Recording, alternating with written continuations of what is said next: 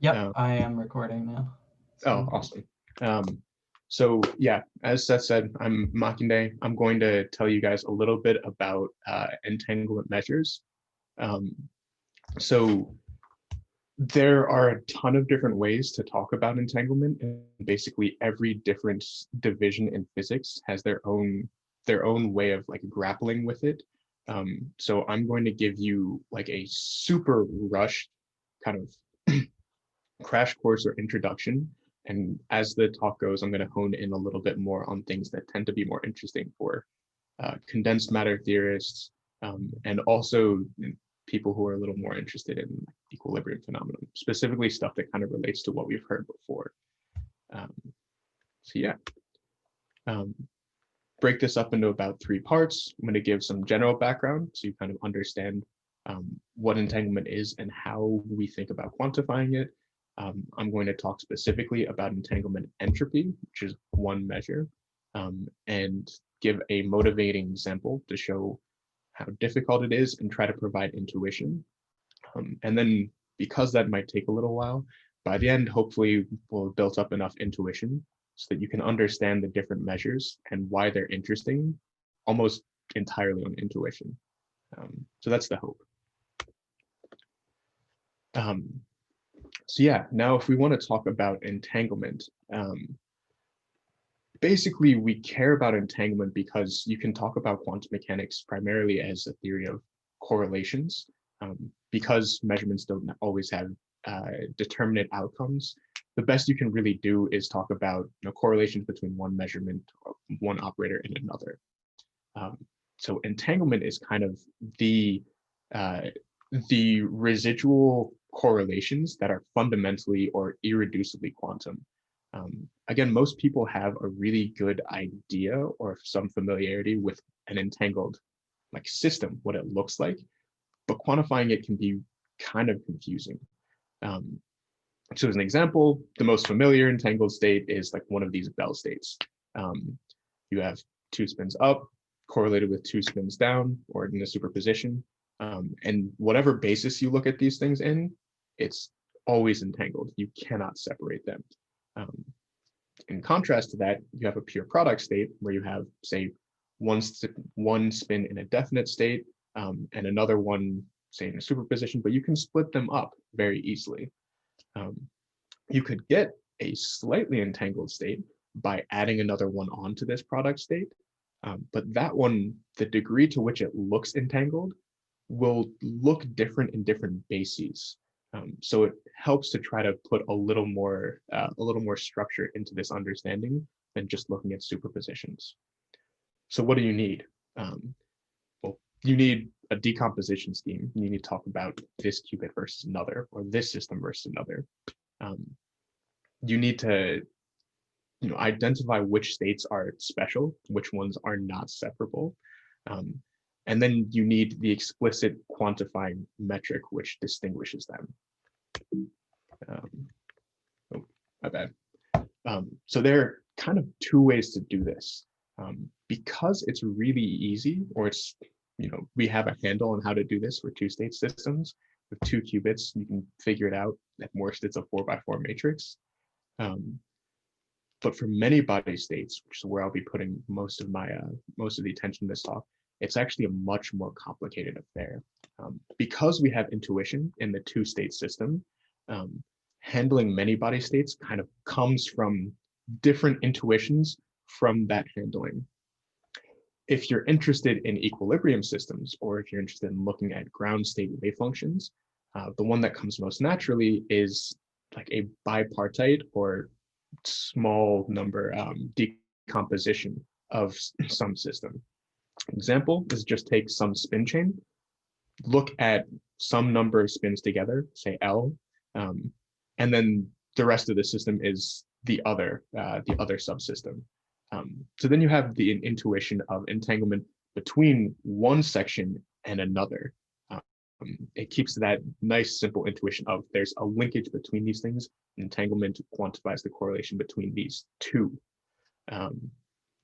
The other side is you can talk about, well, if we understand entangling between 2 states, well, why don't we talk about entangling two states and entangling another two states, and then through that, building up a different state, building up a final, much more complicated, much multi-particle entangled state.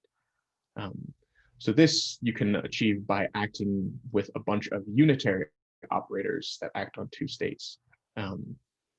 So there are two different ways of kind of looking at a very complicated, complicated affair. Can I ask a question? Yeah, for sure. Let's see if I can phrase this correctly. So, as you pointed out, entanglement entropy in a region or whatever can be is completely determined by the correlation functions of operators Yeah. in that region, right? But normally, what if we're computing correlation functions of operators in some system, normally like some many-body system, normally what we would do is we would compute them, we would like quick rotate to imaginary time and compute everything in like a statistical mechanics model, right? Mm-hmm. Like you can always map correlation functions in some quantum mechanics model to other maybe complicated correlation functions in a classical one, right? So when you say that entanglement is like intrinsically is like the intrinsically quantum part of correlation functions, what exactly does that mean if I can always compute correlation functions in a stat mech model? It's classically. Does that make sense? Yeah.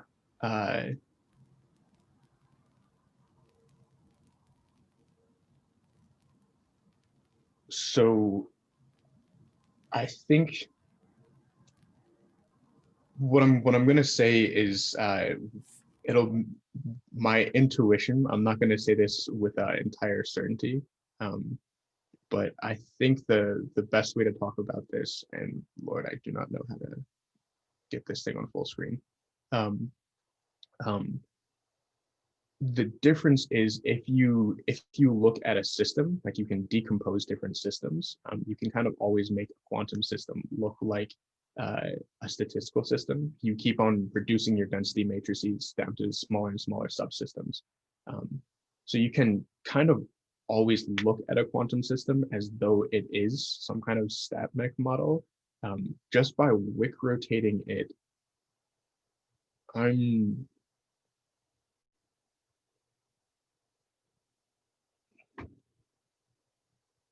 I'll be completely honest. I guess like Mockingjay and I are both taking quantum computation at the moment.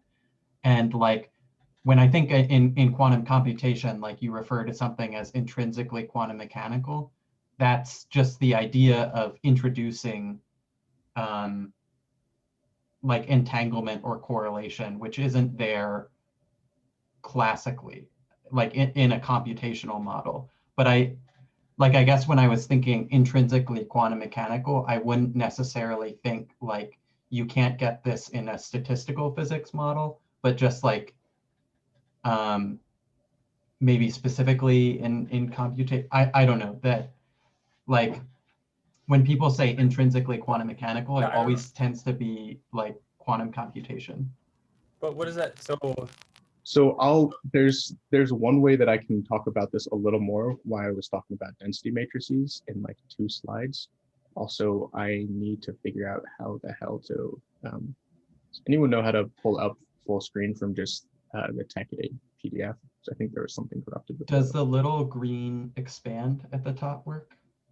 It does this, if you can see. Okay. Subpar, but I will do it if that's the best we have. Let's see, maybe increase your scale at the top. No. Nope. Okay. Yeah, I don't know then. All right. Well, I'm just gonna just open it in preview, right? Can you just open it in preview? Yeah. Give me a sec. Where did I put this ish?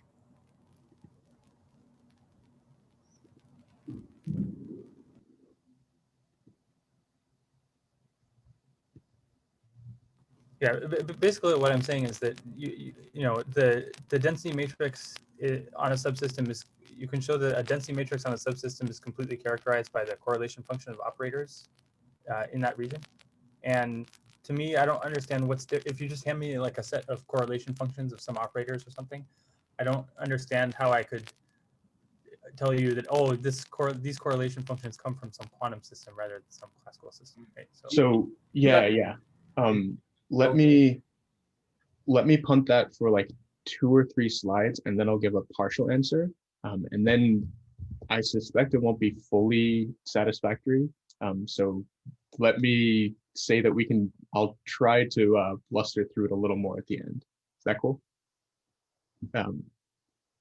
Yeah, but if we have the two different distinction schemes of like decomposing something into 2 different parts and having actions on like 2 state systems, those can be useful for 2 different perspectives or kind of agendas.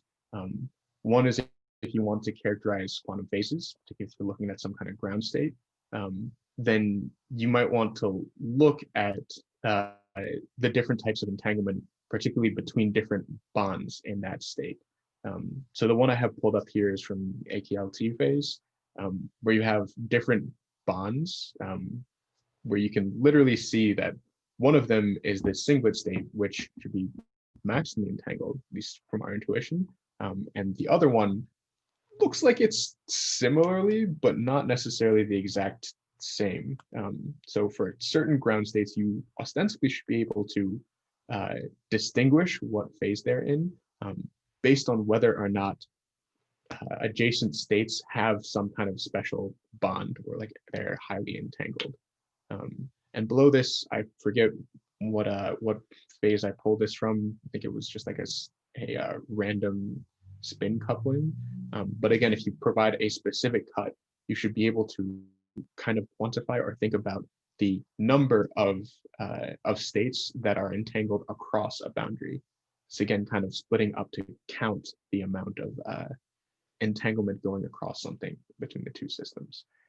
And in this other perspective, because you have unitaries acting on things that are slowly entangling adjacent systems, that's useful if you want to look at entanglement dynamics or entanglement spreading. That's very useful for non-equilibrium systems. I'm not going to focus on that just because I know much less about it. And I think it's a little more difficult to explain in a short period of time. So we're going to focus on the characterization or decomposition schemes. So this is where I think I can start addressing your question a little bit, Ethan, which is if we want to talk about entanglement, if we want to give some kind of measure on it, quantify the amount of information shared in these correlations, well, then we want to have some kind of probability distribution. We want to have something by which we can quantify all of this. So this is going to look a bit different if we talk about a pure state, if we talk about a state that we know is just one in a Hilbert space that we know very well, we know the entire system, then all we have to do is think about the different projection operators or the different like subspaces that our operator will decompose the system into. Alternatively, we could think about being in a mixed state. Say we only know about a system, but it is coupled to something else, in which case we can really only talk in terms of mixed states. So yeah, we have this whole jumble of things, but the probability isn't just coming from the wave functions we have or the wave function we're given. It's also coming from some kind of coupling to something else. So long story short, we can talk a little bit more about this, Ethan, but my intuition or my concern is that something in the Wick rotation procedure might make it so that you're not necessarily maintaining the pure state structure. I'm not gonna say that I fully back this, but it would make me more comfortable that it becomes a pure stat mech model. Anyway, I'm gonna move on because I'm probably blowing hot air. But now if we want to actually talk about information, well, an easy place to start is classical information theory. So what I have on the left is the classical Shannon entropy, which if it's a uniform distribution gives you your usual KB log n formula for entropy. So we can literally just translate that into a quantum formula. So we can now talk about the entropy in terms of a density matrix, because we can get probability distributions from this density matrix. So instead of talking about a sum over probabilities, we're going to trace over a system defined by the density matrix times the logarithm of its eigenvalues. This has some nice properties. If you act on the density matrix with any kind of unitaries, it's not going to change the entanglement entropy, which you would hope, since unitarity shouldn't allow that. It's positive definite, and it's only 0 when it's pure. So that's going to be very important. So if you have a pure state, the information is basically telling you that it's not, there's nothing with which it's entangled. It's just that state. When we decompose things, that's going to be a little bit different, because now we're going to be talking about the density matrix for that subsystem. Also, it's bounded by log d, where d is the dimensionality of the Hilbert space in which it lives. And it only saturates when it's maximally mixed. Basically, when something is just a bunch of Bell pairs across a system, each Bell pair will contribute, as we'll see soon, will contribute like 1 bit of information effectively. The last bit is effectively something that has to do with observation. It's like a convex operation, which basically means that if you measure a state and then you become certain that it actually is something, you have a distribution of all measurable states, then your entropy is actually going to go down. You can learn by observing. That's basically what the last condition is. So now, if we want to look at this in terms of a spin chain, we can kind of break this down for, again, this simple 2x2 system. If I take this Bell state and now I write down its density matrix, it's a really, really simple 4x4. I can just take a partial trace. It gives me the simplest 2x2 ever.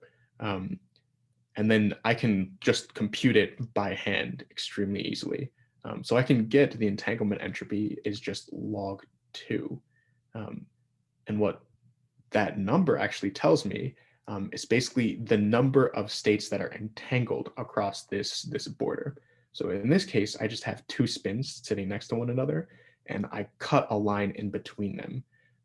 And what the entropy, the entanglement entropy here counts, is the number of states that are entangled across this border. So if I were to do this with k states, I just put a system of everything coupled up and everything coupled down, or a bunch of copies. Well, then I just get k log 2. So again, it's roughly just a number of counting across. But also, if I were to take one of those states across the boundary and move it across, then I could construct a pure state with that number of qubits. So you can either think about it as the number crossing the system, or the number that you need to put into a subsystem, if you're just thinking about it on its own, to purify it, to make it into a pure state. Again, if anyone has any questions, I'll answer them. I may punt them to the end. So on that last point, the purification operation can kind of always be done, or at least in principle, because if you have some kind of bipartite system, even if it's in a mixed state, you can always find a basis with which to diagonalize one side. I'm not going to spend too much time on this, but basically, you can always find a way to write your system. If you're only thinking about your density matrix in A, you can always construct something that will purify it by adding on another Hilbert space of at least that dimensionality. Yeah. So now I'm going to focus on entanglement entropy, what we just saw before for the two-state system. And I'm going to talk about some 1D spin chain models that'll hopefully give you a little more intuition. So first of all, if we take just an arbitrary 1D model, consider some small region of L spins, and then think of the most generic state possible in this space. So we haven't put any constraints on it whatsoever. But now we consider this region to be small relative to the size of the entire system. Well, if you consider the amplitude for each of the spin states to be just arbitrarily drawn, so as random as possible, then for basically any system that you choose, it'll be maximally entangled with B. You can kind of think of this as it being entangled as kind of a random choice, but there are so many choices outside the system. So it's effectively going to be entangled as much as possible with the rest of it. So the entanglement that you would expect is going to be proportional to the volume or the size of A. That's not the case for specifically ground states, but other phases that we're going to see later. So let's look at some concrete models. We'll do the same thing. We're going to look at a small region A with L spins, and we'll take the other section, the other part of this decomposition, to just be the rest of the system. So a generic state is just going to be some excitations above the ground state. That will be important in just a second. But for concreteness, we're going to look at the XY model, and we're going to look at the transverse field Ising model. So these are super simple 1D spin models. And we're going to see how to get the entanglement entropy and what its properties look like. The easiest way to do this, since we're going to be looking at the ground state as a unique one, which shows some interesting properties, well, we need to actually have an explicit way to write the ground state. In the formulation and spin operators, it's a little annoying to do it in some kind of continuous way. So instead, we're going to take a Jordan-Wigner transformation, and we're going to look at this thing as in terms of fermionic operators. So for the XY model, it's real simple. We just get some kind of very easy whatever. We get some simple model here, which has some kind of cosine dependence. For the transverse field Ising model, if you're familiar with it, you can do the same thing, but the operators you get are Majorana operators. This will be important because of the excitations above the ground state in a little bit. But the most important thing, so we'll focus on this XY model, is you get different regimes. So you can talk about the regimes where this effective magnetic field, this lambda parameter, is greater than or less than the absolute value. It's greater than or less than, it's outside 2, in which case either all of the fermionic modes are occupied or they're unoccupied. If you look back at the model, this is effectively when everything is aligned with this magnetic field. But if you go within that boundary, the absolute value of lambda is less than 2, then some of these fermionic modes are occupied and some aren't. So you're no longer, in the spin language, you're no longer locked onto the magnetic field. What that means here is that, well, some of the modes aren't occupied, and you can explicitly see that that some below some particular K threshold are going to be unoccupied. So now we want to link this to explicitly the density matrix, but to do so, we're going to go kind of roundabout, and we're going to link it to a specific correlation. So thankfully, that's really, really easy in this case, because all of those below a certain threshold are going to be unoccupied, and those above it are going to be occupied. So you have a stupidly easy expression in terms of these momentum creation and annihilation operators. And you can translate that into position space, which we want to do since we're limiting to a local region, fairly easily. So you can explicitly show that you get this sum of cosines up to some critical k threshold. And the thermodynamic limit, you can literally just do this integral and you get some sinh function.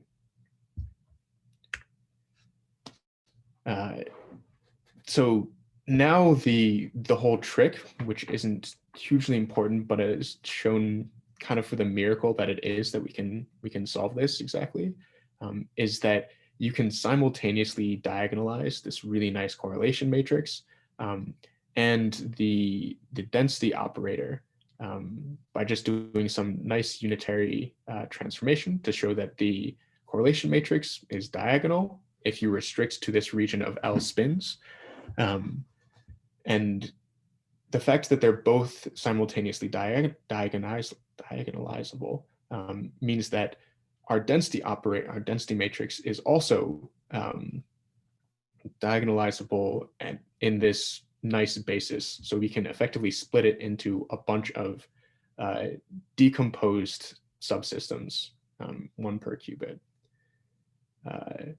So because of that, and because we know how to calculate the entanglement entropy for a single qubit system, we can calculate it for the whole chain as just the sum of this entanglement entropy for each subsystem. So you get L terms, each of which should just look like the entanglement for the 2x2 matrix describing that spin, which is given with the eigenvalues by this H2 operator. Details of this aren't hugely important. Let me know if you want to know a little bit more. But basically, it's kind of a miracle that you can get an exact form in this case. And if you do this, you can sum up all of these different parts. And from it, you see in the phase where lambda is, the absolute value of lambda is less than 2. So in this, in that phase, the XY model actually shows logarithmic scaling with the length of the system. So what that means is if you have a really, really long system, effectively the number of particles outside the system with which you're correlated isn't going to scale with the volume or the length as it did before. It's going to have some kind of sub volume scaling.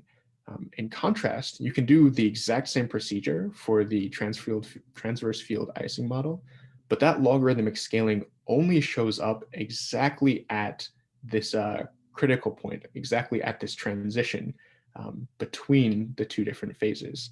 If you're outside that phase, what actually happens is that the scaling eventually saturates to a constant. So that hopefully should make a little bit of sense, because outside that particular scaling, you should either be in the phase where all the spins are aligned or where it's effectively random. And in that case, well, the bonds across either you know that you're correlated or that you know that you're not. And they should only really affect the states on the boundary. You can kind of reason that through, regardless of how big your system is, you're either correlated or you're not. So yeah, it kind of makes sense that it would go to a constant. That's not the case for the XY model in this particular region, for the transverse field Ising model at this specific critical point. That has something to do with some of its scaling properties. Both of these can be cast in the language of CFT, where you can actually explicitly show that the scaling should go should depend on the central charges of this CFT. And those central charges will be different whether you have fermionic degrees of freedom or bosonic degrees of freedom. Um, so this is interesting because looking at this scaling at the critical point, you can actually distinguish whether or not the fundamental degrees of freedom, the excitations about the ground point, the ground state, are fermionic or bosonic. So remember, we started with an arbitrary spin model. So we didn't, I mean, they look kind of the same, but because of what's going on at this critical point, you can actually distinguish. In one case, we cast that it had Majorana operators, that they were fundamentally in some sense fermionic, whereas in the other case, the operators still seem to be bosonic, even though we found this by using fermionic operators. Happy to talk about that a little bit later, but that's one of the reasons that the scaling relations in entanglement entropy can be very useful. Sometimes you can distinguish what the fundamental degrees of freedom at play are. So that was that was, one of the cool things that you can get out of it is these scaling relations distinguishing different parts. But typically in an arbitrary ground state, you expect correlations to be kind of local, to fall off with some kind of exponential, with some length scale. And because of that, you expect the correlations will only really affect like a finite number of states outside the boundary or on either side of a boundary. And so typically what you expect is actually some kind of area law in terms of the entanglement entropy. You expect the number of states that are entangled to be proportional to, well, the surface area of whatever subsystem you're taking, because there should be a finite number of either sides of it. But that's not always the case, as we said before. So when that's not the case, you can think about it by, again, looking back at the correlation lengths. So when correlation lengths diverge, well, you wouldn't expect for this area law to hold anymore. If it transitions to, say, a power law, then again, you don't necessarily have that nice finite length scale that you can just count on either side of the boundary. Or if you have another length scale present, say you have a Fermi surface, that can also complicate things, because then again, the counting on either side is a little bit more subtle. So in these cases, typically what you see is some kind of scaling between that which you would see for completely random states, some volume law scaling, and that which you would expect for ground states, this area law scaling. So as an example, it's expected for most fermionic systems that they'll have a logarithmic correction to this area law. Can I ask a quick question? It's kind of silly, but yeah. So I'm trying to understand the log in one dimension, right? So in the XY model that you're talking about, right? The state that I'm interested in the entropy of is just a bunch of plane waves, right? Yeah. So not quite, actually, because you're not talking about the plane waves as your fundamental states. Again, you're actually thinking about states living in this restricted subspace. So only the states living in A. Yeah. So like I have the whole chain, right? And the ground state for the whole chain is adding a bunch of plane waves, right? And then I'm interested in the entanglement entropy of a subregion, right? Mm-hmm.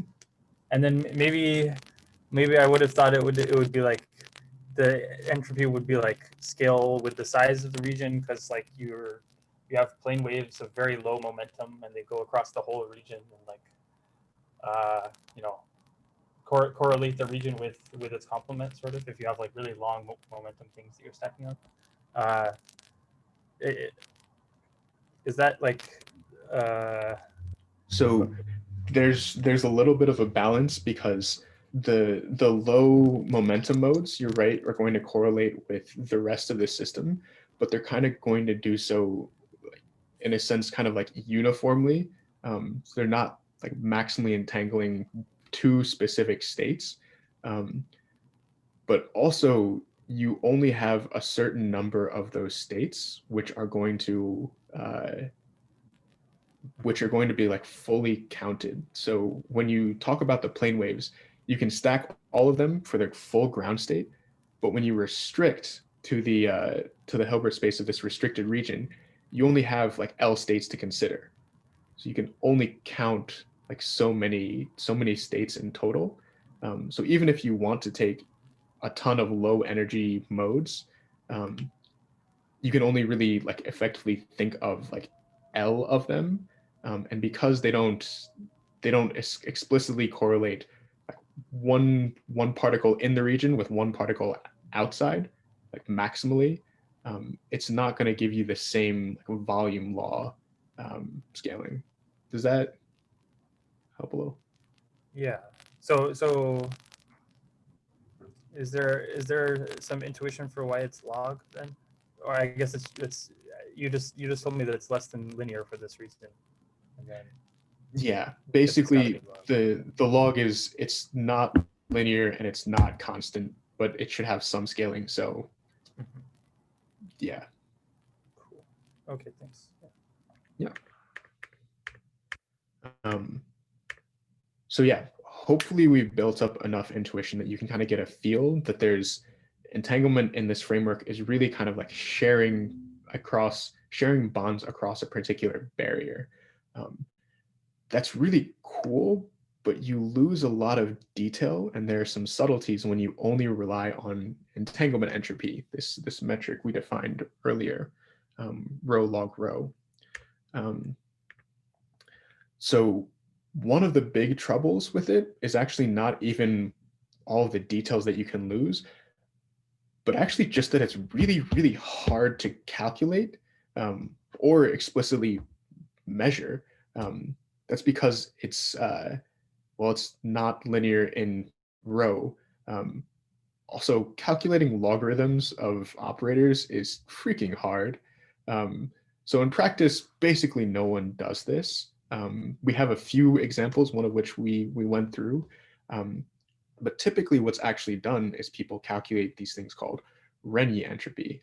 If you read some paper on entanglement entropy, you will almost always see this.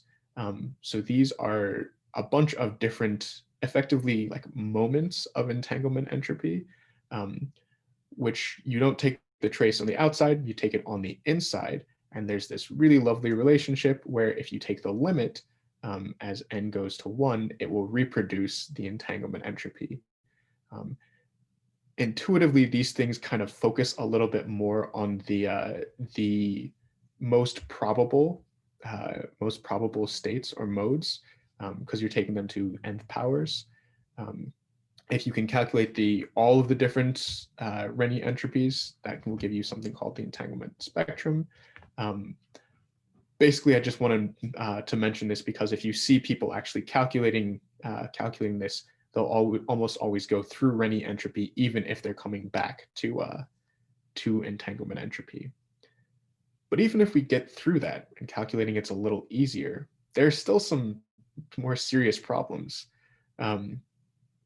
So before, there may be some interesting details that are not captured with the leading scaling behavior. If we go back to this scaling, notice that in the XY phase, there's a subleading term which depends on the magnetic field.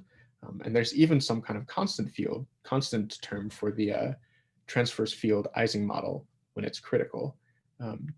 That might contain some information, but because we only care about scaling and it might be really hard to calculate, it doesn't really show up as much in the entanglement entropy. The other issue, which is a little tougher to see, is that it conflates classical and quantum correlations. So again, as we said before, you can have a pure state and you can break it up into two. And when you take the partial trace, that'll give you some kind of, well, your reduced density matrix will now look mixed. It's going to have a probability distribution over a bunch of different pure states. But you could just as easily have been given something that had a similar distribution. You could be given something which has probability distribution over a bunch of different states. And so the correlations that you pick up, the probabilities you explicitly compute, those could come from something being explicitly like thermal or coming from classical correlations, or it could come up from your decomposition scheme. But if you want to drill down to it being fundamentally entanglement that's giving you these counts, then you really want to be able to distinguish the two. This can basically be boiled down to a separability problem, that if you talk about entanglement entropy, if you're given the state which is already mixed, you can't, it's not always going to be zero. In fact, in most cases, it won't be. So it can't distinguish between, say, a mixed state or one in which you've just chosen a certain decomposition scheme that does have entanglement. So to get around that, there are a couple of formal conditions for different entanglement metrics or measures, none of which is, many of which are taken as more important than others. And for most measures, one or two of these things is not completely fulfilled. But these are some of the conditions that you would want out of a measure of entanglement on some density matrix. The first is one that we talked about before. If you have a state that's maximally entangled, so you have like a bunch of Bell states across some boundary, then you want your measure to count that. You want to count as much entanglement as possible. Where that's the dimension of the Hilbert space. If your state is separable, you can write it as a product state between the two subsystems. Well, you want there to be no entanglement. That's kind of how we define or think about it. This other one is very important for quantum information people. Basically, if you apply local operations, if you transform things on one side versus another, you only want that to be able to reduce entanglement. You don't want to be able to apply local operations and effectively produce entanglement. That's kind of not what it is. And then if your state is pure, you want your measure to reduce to the entanglement entropy. Again, entanglement entropy really has this problem effectively when states are mixed that it can't distinguish. So if it's pure, then why break what works? The other one is convexity, which is similar to what we had before. Effectively, if you're performing measurements or you become aware of a particular state, you want that to give you information, not take it away. There's some more technical things, some notions of continuity, subadditivity, and such, but those aren't really as important for this talk. So here are a couple of flavors of the different measures to show what's really useful, what's intuitive, and what can be really difficult. So one of the first things you might think of if you have, say, a spin chain or a very big multipartite system is, well, I want to see if something is, separable. If I can distinguish all the different states, all the different spin states. So why don't I just say, take my wave function, take the product with a separable state, a state that's separable between all the different subsystems, and then we'll just take whatever the greatest overlap is. So if the overlap is 1, then it's in the class of separable states, and I should have no entanglement entropy. Great. I mean, intuitively, that makes a ton of sense, but it should come as no surprise that it's the most intractable thing to use ever, whether computationally or theoretically. It's effectively just there to teach people about intuition. So yeah, most people don't think about this at all. Alternatively, you can kind of think about this from the idea of creating quantum states. So instead, you can say, well, I want to make a pure state out of this thing. And so I'm going to take an ensemble of pure states, these pi or pj with these pure states defined by the psi j, and I'm going to look for the minimum, the ensemble which minimizes entanglement entropy on these pure states. So what that says is I'm going to take a pure state, I'm going to divide it in the same way that I have my full subsystem, and then I'm going to see what ensemble of pure states, which reproduces my density matrix, minimizes this metric. This kind of tells you the amount of bits you would need to add to a system to take it to one of those pure states, the like expected number to like get a pure state out of it. In some formal limit, you can actually show that this is equal in like a thermodynamic limit to literally the number of bits you need to add to create a state, create your state out of one which is completely separable. Anyway, this is one again, which is of a different motivation of kind of creating something. But because it's this complex minimization over different ensembles, again, it's really, really computationally demanding, theoretically challenging to do. And I think it's only really been accomplished for 2-qubit systems. So again, it's challenging. One of the more interesting and more useful ones is something that's called conditional mutual information. This one is another minimization if we want a formal metric, but it's based around something which from classical information theory is the conditional mutual information. And what that is it's basically saying the information shared between a subsystem A and a subsystem B, given that you have information or you're conditioning on some additional or third system C. You can literally write this out in terms of the entanglement entropy, or in classical information theory, the information entropy, as this distinction of these different phases. So the entanglement of a subsystem AC, BC, taking out that third bit, and removing the entanglement of the whole system. Basically what this is saying is if I add some additional system C, if I choose some system to put onto my original composed of a bipartite distinction of A and B, how much information is shared between the two, given I'm like purifying, I'm trying to add more to the system. So if you can minimize it and there's still some shared information there, then those states have some kind of very fundamental entanglement. That's the intuition. Again, this one can be slightly difficult because of this minimization procedure, but because it's comprised of just entanglement entropies of well-defined systems, it's a little easier to get a handle on. The last metric I'll talk about is this negativity, which is just a log of the trace norm, a norm of this partial transpose of a system.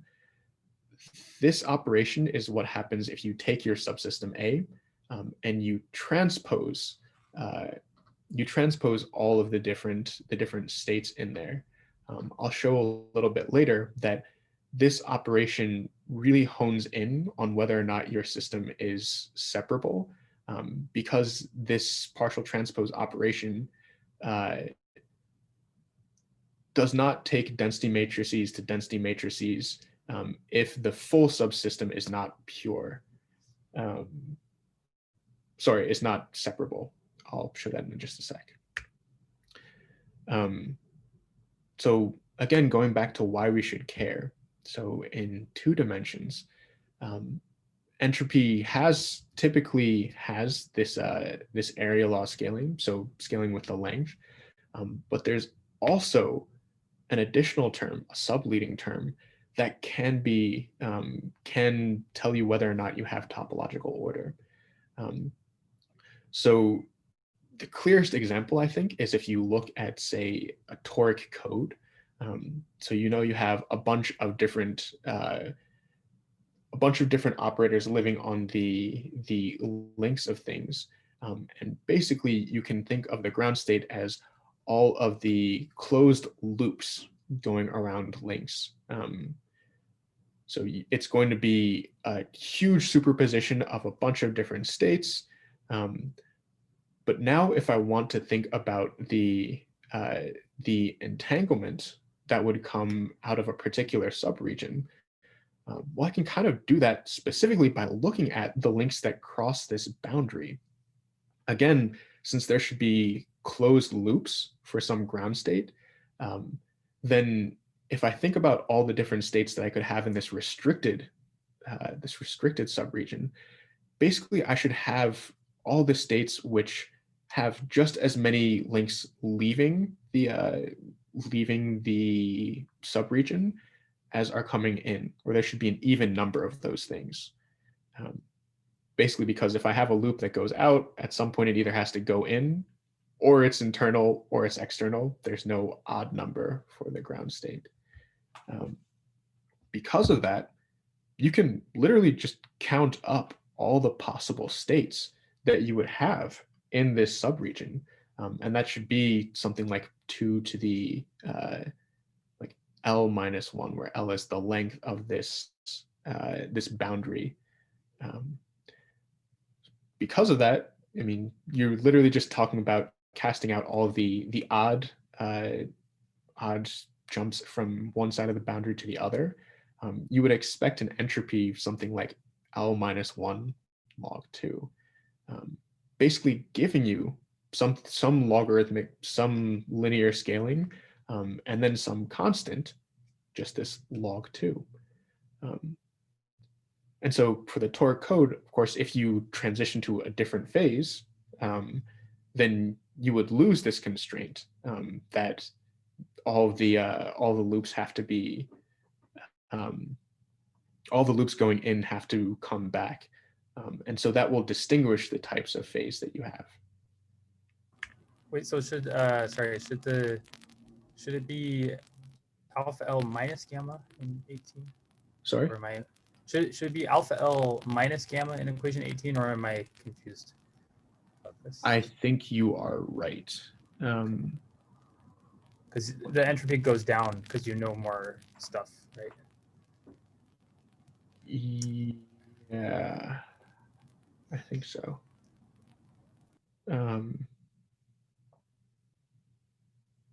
Yeah. You know more stuff, so the gamma is actually, I think the gamma is for the phase when it's put in the topological phase, so you go up by log 2. So if you have a loop going around the full your full toric code, then you're in one of the topological phases, and you go from either from like negative log over 2 to 0, or however you scale the thing. But shouldn't your, I mean, the constraint of the number of loops, you know, hitting the boundary being even, shouldn't that like reduce the entropy relative to the? Yeah, that's you're right. It should be negative. Okay. It was just the sign of the gamma is positive when you're in a topological phase. The topological phase is when you have like a loop going all the way around, so you can have an odd condition. Oh, I see what you mean. But well, yeah. Okay, but when you look at a region that is but you're looking at like a topologically trivial region or something, right? So so this is topologically trivial. But if you move to the topological phase, basically you're adding on something which could be more. So when it's in a topological phase, you don't have this condition. So your entropy should just be log 2, and you moved up. Yeah. Okay. Yeah. Anyway, it's not that big a deal, but you're right. I missed the anyway.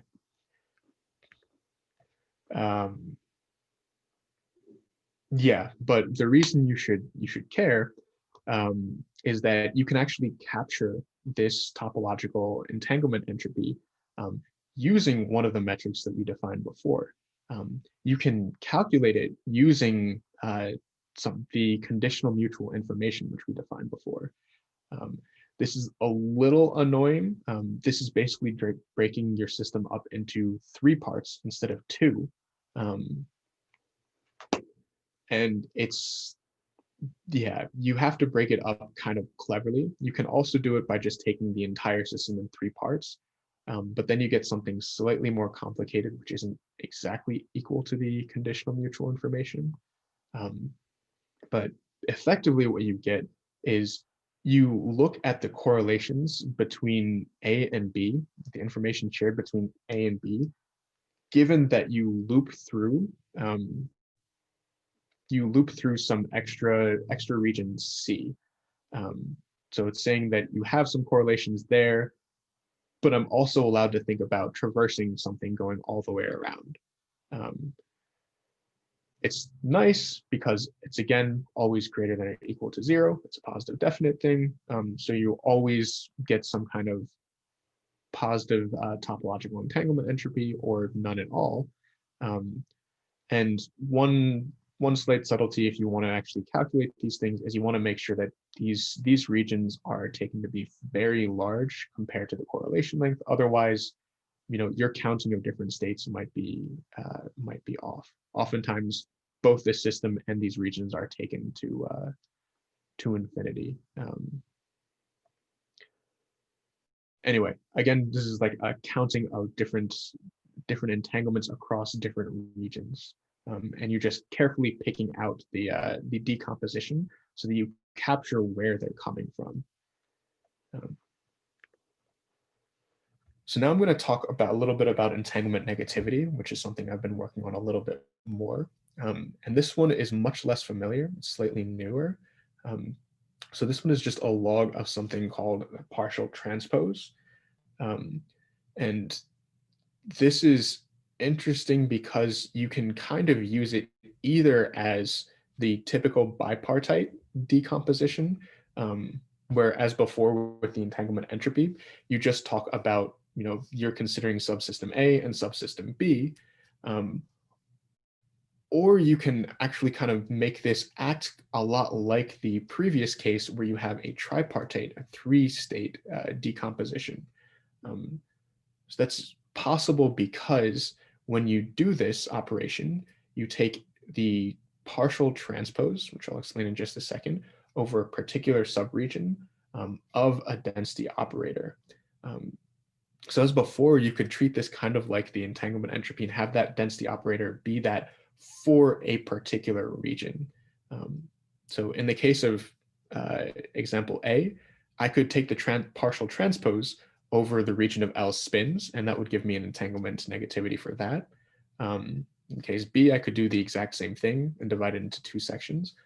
Or in the third case, I could take the reduced density matrix for L1 and L2, and then partial transpose over one of those subregions. That's going to be the one I want to talk about the most right now, because that allows for a really sensitive detection of entanglement between the 2 regions we're talking about. So as I said before, this partial transpose operation really hones in on the separability of a particular density matrix. And the reason that's true, I'm just kind of going to go over it intuitively, is if you have something that's separable, if you have a density matrix that's separable, you should be able to write it as some kind of sum of, well, decomposable parts. I have density matrix in region A, density matrix in region B. And so if I apply this partial transpose operation, basically that just means take all your density matrices in region A and transpose them. The nice thing, though, is if you have some kind of density matrix, transposing is going to leave the spectrum invariant. You're still going to have some positive definite eigenvalues. So you should go, that operation should take you from one set of density matrices to another set of density matrices.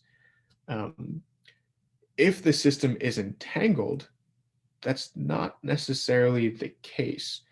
You're going to be mixing things up in a really, really random way. And ostensibly, there's nothing that says that this needs to remain Hermitian. There's nothing that says that there's nothing that says that these the eigenvalues of the full system are now going to stay positive definite. And so that's effectively what this checks. The operation basically counts the number of the sum of the negative eigenvalues that amount from this. It's like two times the number of eigenvalues plus one. But basically it counts how far you are from satisfying this criteria in some way. As we said, because this thing, if you take this partial transpose and you go from one density matrix to another, then you're just going to have another density matrix when you apply a partial transpose to a separable state. And then, as we did before, you take this trace norm of a pure state or some, if there are no negative eigenvalues, then I think this might not have been the best presentation, but effectively, if there are no negative eigenvalues, you'll always get that this state is separable. You'll always get that the metric gives 0, effectively because the counting is 2 times the sum plus 1, so the 1's always there. So the important thing to note is that it can always, if your state is separable, the negativity will always be 0. The converse is not always true. If your negativity is 0, it doesn't always mean that your state is exactly separable. There's a slight subtlety in that there are some entangled states which have negativity 0, but they're kind of unique in this quantum information language because you can't extract any entanglement. You can't use it for any operations. They're called positive partial transpose. So if you act with local unitaries, you can't say extract a Bell pair and use it for anything. Anyway, there's a slight subtlety with the fermionic case, but basically this is really, really good at telling you if your state is very likely to be separable or in this very unique case of oddly entangled states. So to give an example of this, a slightly more fun one, I'm going to look at, again, 2 different systems. We're going to look at the 1D Kitaev model or Kitaev spin chain. And then we're going to look at the SSH model. So to distinguish the phases, I'm just going to set the pairing to the hopping so that they're equal. And you should be able to distinguish the different phases when mu over t is less than 2. And then for the SSH, obviously it's going to be different sides of whether the ratio of the hoppings is one is bigger than the other. So again, if we split this up in this kind of fun tripartite way, what you have is you're effectively looking at the coupling between the 2 different regions inside your linked density matrix. And the negativity is actually going to be sensitive to the coupling specifically on that links these 2 regions. And because of that, it can capture exactly what phase you're on based on the type of link that exists on that boundary. So for the Kitaev chain, what you would expect is a Majorana link in the topological phase, and that's kind of what you get, and you can tell because in the SSH phase, you would expect, you have a linkage of 2 fermionic degrees of freedom, or like you have a normal fermionic link, and you get that, there's a coupling of 2 states, one's coupled to the other across this boundary. But in the Kitaev case, it's a Majorana chain, and so you expect that there should be half the degrees of freedom on that kind of bond, and that's exactly what you see. The amount of information shared across that bond goes to, well, half that of the SSH chain. Also, if you go to the other phase, there's no coupling, and so the negativity will eventually die to zero. So this is really, really cool. This decomposition also allows you to do some very, very fun things, because if you take the rest of the system to be very large, you can treat it as an entropy bath, entanglement bath, in a kind of similar way that you normally think of in thermodynamic systems, a heat bath to keep systems at the right temperature. So you really isolating to just the behavior that interacts between the two of them. So that's all I have for right now. Some takeaways. Quantifying multipartite entanglement is really hard and can often be frustrating, either computationally or trying to have a conceptual handle on it. Different measures are suited to different tasks. Some of them are much better at understanding what you're performing. Some of them are good at capturing topological information. Some of them, like the negativity before, are good at handling, say, mixed states and honing in on separability. You can get a lot of information by looking at the scaling of entanglement entropy, or by using different measures on different subsystems, whether they be a bipartite or tripartite distinction. And they can be very useful at revealing quantum phase transitions or topological order. So some resources to look at, or that I use for this talk: Harlow's lectures on quantum information, quantum gravity, a review here. Xiaogang's book is really great, though it's kind of all over the place, just in case. And the last introduction, I only suggest to the brave of heart or those who really want to go into quantum information. That's it. Cool. Thank you, Makinde. For sure. So any questions? Ethan, I open the floor for you to grill me again. Well, yeah, I mean, I have questions, but I don't know, maybe anyone else wants to. I also have some questions about the log L scaling. Yeah. So first of all, what happens, like if I'm thinking about, this is my dispersion and I set my chemical potential to only fill up, let's say, one single mode, what does the entanglement scaling look like then? So if it's not like some superposition, it's just one single mode, does it?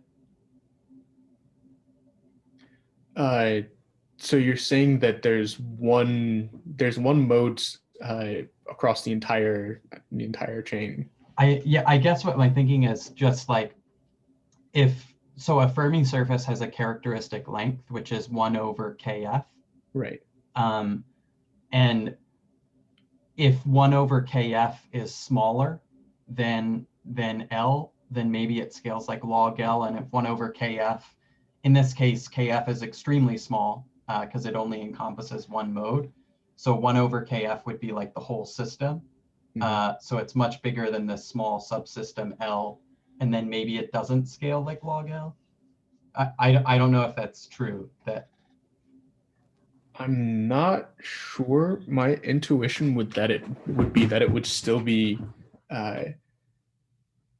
I feel like it still would be. Again, because you're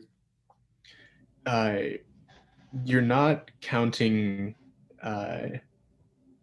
Well, the number of states you're going to interact with is going to be like basically proportional to like the overlap of this with stuff, say, outside your system. So if you have like one K state, think about this, then you have something which is going to look like effectively something that's almost uniform across your spin chain. So now if you take all of your... So would it scale like L then? Yeah, would it be volume law?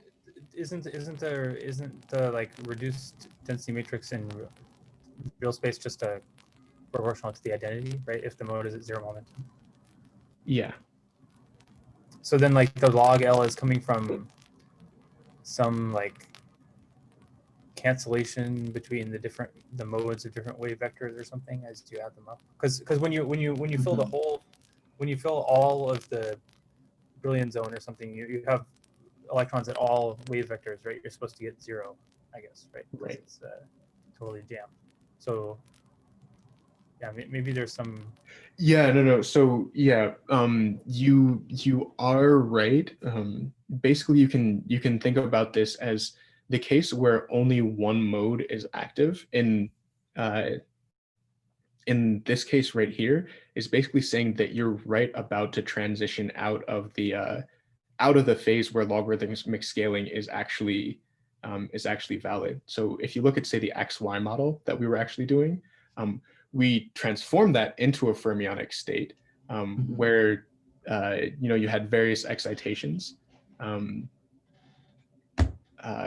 So when you have one, it's saying you're transitioning from regime, I don't know, which one did I put it, 3, where you have a few active, to 1 or 2, regime 1. And that's basically saying that you're going from a phase where you're all aligned with a magnetic field to where you have like one slight excitation away. The XY regime, that's saying you have like one phase oscillation or something. So there's some correlation that's still going to be there, and it's likely going to be transitioning out of that logarithmic phase, but it probably, my guess is that it won't just be the regular, I don't know, it's going to look weird. I don't think it's going to be just a standard constant. Okay.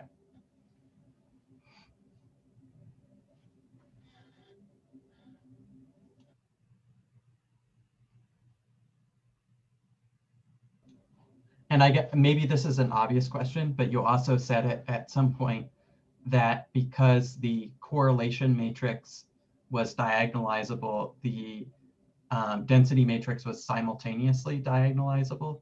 Is it obvious that they commute? No, Okay. That's a really nice coincidence of this, basically this being a free fermionic system. So if you want to find the same transformation that you do to make the correlation matrix diagonal in this reduced system, is going to be,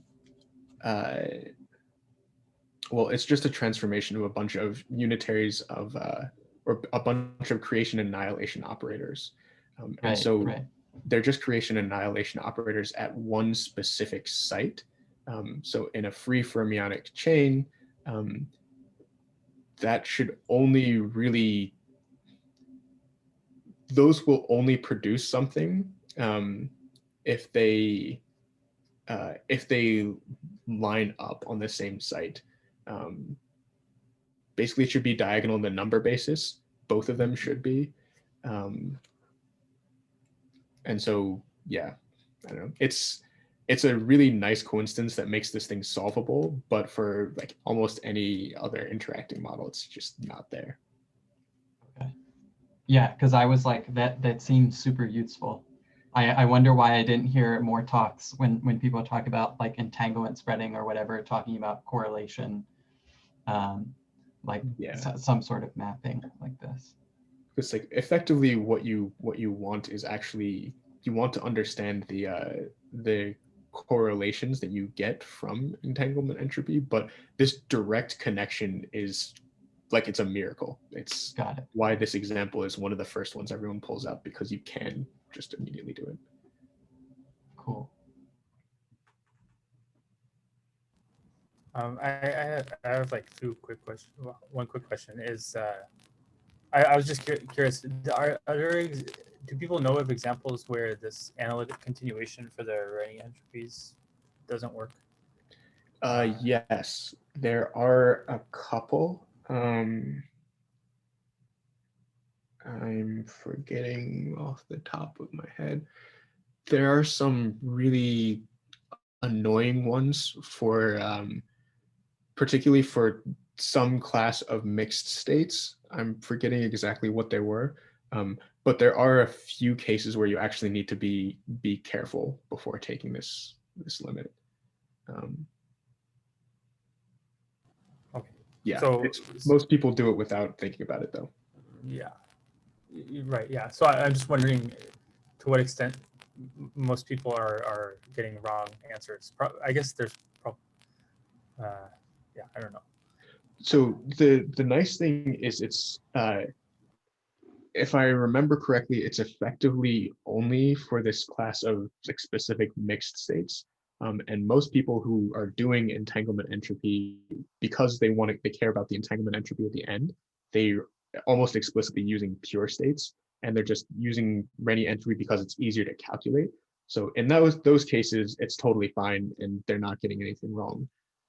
Some of the issues come up if in the like new measures that people are looking at, where they apply it to mixed states and then they want to take this limit, and every once in a while there's some weird subtlety that they get called out for. Yeah, I see. Okay, and then I also was curious. I don't know if this is answerable, but if you so you were saying that generic high energy states, whatever, you look at entanglement entropy, and these guys, you generically expect some kind of volume law scaling, right? Whereas ground states, say gapped ground states, are area law. So do you like what happens if I consider like a system at a very small, like, but non-zero entropy energy density? Like I turn on some small temperature, right?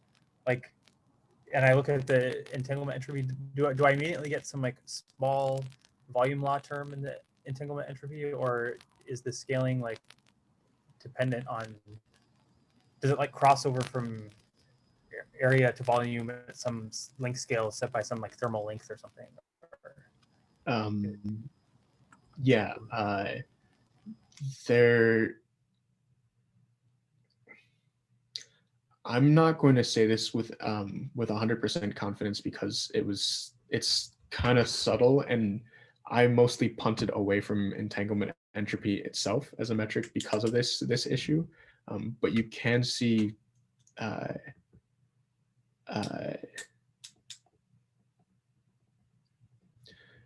yeah, basically what I'll say is I'm not 100% sure.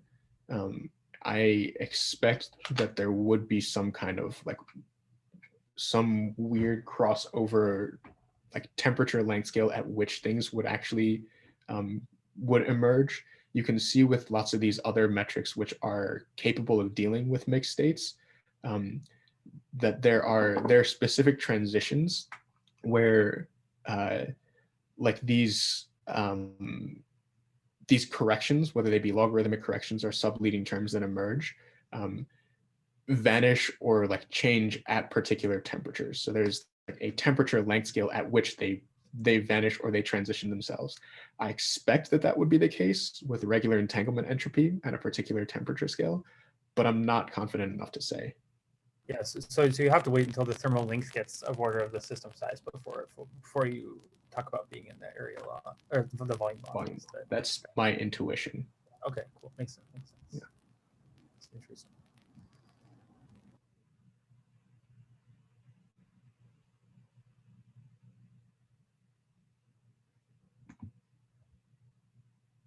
Yeah. Anyone else? I apologize. This is super cobbled together because most people talk about things in for their own field, and not many really consolidate towards even this type of interest for condensed matter. So this wasn't really taken from a single source, and I kind of threw it together this week. So if it was confusing, I apologize. Hopefully it was intuitive. Very fun and enjoyable. Sorry. Do people ever do entanglement cuts in like momentum space or something? Like, why are we always living in real space? When Yeah, that might not be the best very So, good question. No, it's actually a really good question. The reason we typically do it is because we like to think about local operators. So we like to think about observables in some kind of restricted, in some kind of restricted position space. Well, I don't know. I mean, I feel like maybe let's say half of condensed matter physics in experiments is done in the frequency momentum domain, right? Well, it's not the like basis in which we do things. It's the like the observables that we tend to speak about. So if you're thinking about, say, I'm looking at some current density or something, right? Even when you measure the current density, usually you're going to be seeing it as some kind of, it's going to be like correlated to, I don't know, some kind of transition or light or something. But I mean, like normally my light source is going to be some plane wave at some frequency, right? And I'm measuring like a response coming from the whole sample or something, right? Yeah. That's also true of like neutron scattering or any. Yeah, sure. I mean, it just depends on whether the experiments are using particles or waves, right? Right. I'm just claiming that in very many cases you're usually using like wave sources as opposed to particle sources or something. Well, in any case, it's just a matter of perspective, right? And so, deciding whether you want to do real or momentum space cuts. Well, I don't know. Yeah, I wonder if there's any kind of motivation. So I think my normal intuition would be to say that the operators that we use for observation are typically local in some source, but I think the more fundamental answer is probably that we expect the fundamental Hamiltonians governing the system to actually have some kind of local interactions. And so if you want to look at but the local interactions might be at some like crazy energy scale that is not relevant to like we have a metal or something, right? Right. The low energy stuff is happening in momentum space. Right. So I think you're right. The reason I think it's probably held up, at least for this kind of this like decomposition scheme, is because I think typically talk about like we're looking at specifically like ground states of systems. So have some kind of arbitrary Hamiltonian, which is going to have connections between things. And again, I think this is likely more of an intuitive thing than a strictly necessary thing. But if you have a Hamiltonian built up of a bunch of local connections, probably want to be sensitive to like interactions or couplings between local subsets or subsystems. And then if that's not the case, if you have some kind of long range coupling, that should be something kind of unique or special. So you want to be sensitive to it, but say in like if you have a bunch of really tightly coupled things locally, but some arbitrary systems really far away aren't coupled that well, I expect that, if you transition to looking for couplings in momentum space, that the distinction between a bunch of different phases is going to become a lot less sharp. That's again just my. But I guess maybe what I guess what I'm trying to say is that we're in condensed matter physics, at least we never care about the like correlation function. Well, we never care about like what the actual microscopic UV Hilbert space is, right? We're just interested in what's going on at low energies and at large scales and stuff, blah, blah, blah. So having some like real space measure that's like sensitive to, that is like doing, or maybe that's fine as long as you remove the like UV contributions to the entanglement entropy or something. Yeah, I mean, I guess, so I could imagine, like, let's say I have a 2D lattice, and I put spins up in some region and spins down in some other region. And like, let's say I draw a circle, it's all spins down here, it spins up here. That's exactly the analog of like filled or unfilled for a 2D Fermi surface. It's just in real space versus K space. Mm-hmm. So if I think about defining the entanglement measure in K space, and I look at a small region of K space, it's going to scale like log. since even though my real space is wait, but in K-space, isn't it just a product? Well, it's a product in real space. In K-space, it's just a product. If it's a Fermi surface, but what I'm proposing is flipping the K and real space pictures. So like, let's say that I have a really strong magnetic field in one region and other region it's pointing the other way. So all my spins are like this in a circle in real space, and then the other way in real space. So in K space, it will look as if it's the real space picture from a Fermi surface. So if we define entanglement measures in K space, it will scale like log of the region in K space. And instead of that telling you there's a Fermi surface, it would tell you that there is a distinct region in real space, like where all the spins are down versus all being up. Like, I guess what I'm saying is the scaling there is telling you different things, but they are maybe useful. Like if you imagine having puddles of down spins versus puddles of up spins, the scaling in K space might tell you about that. That's actually really interesting. I wonder if the constraint is actually that you expect some kind of conserved particle number or something, because in this, like the different scaling, like it's since the cut that you put on is basically going to be like a filling in this flipped I don't know, this flipped way that you just defined. So to see the different scalings, you would have to put in different filling numbers to this system. Yeah.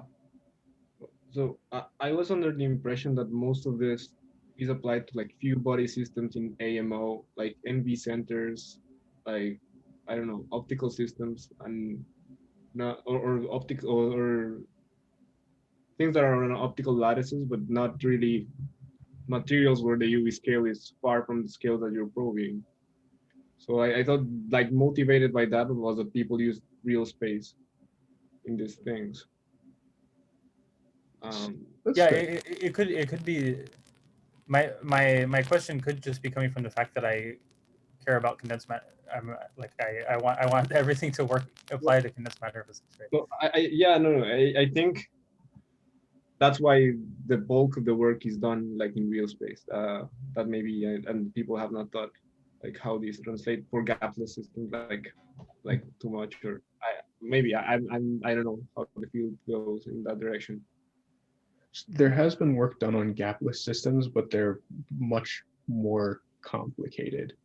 There's less of an intuitive picture, again, because if you don't have this like nice exponential fall of correlations, you don't expect a normal area law, and you have to be very careful about the counting. But there are things that have been done, but you're right, they tend to still be done in real space, and I'm not sure that's necessary.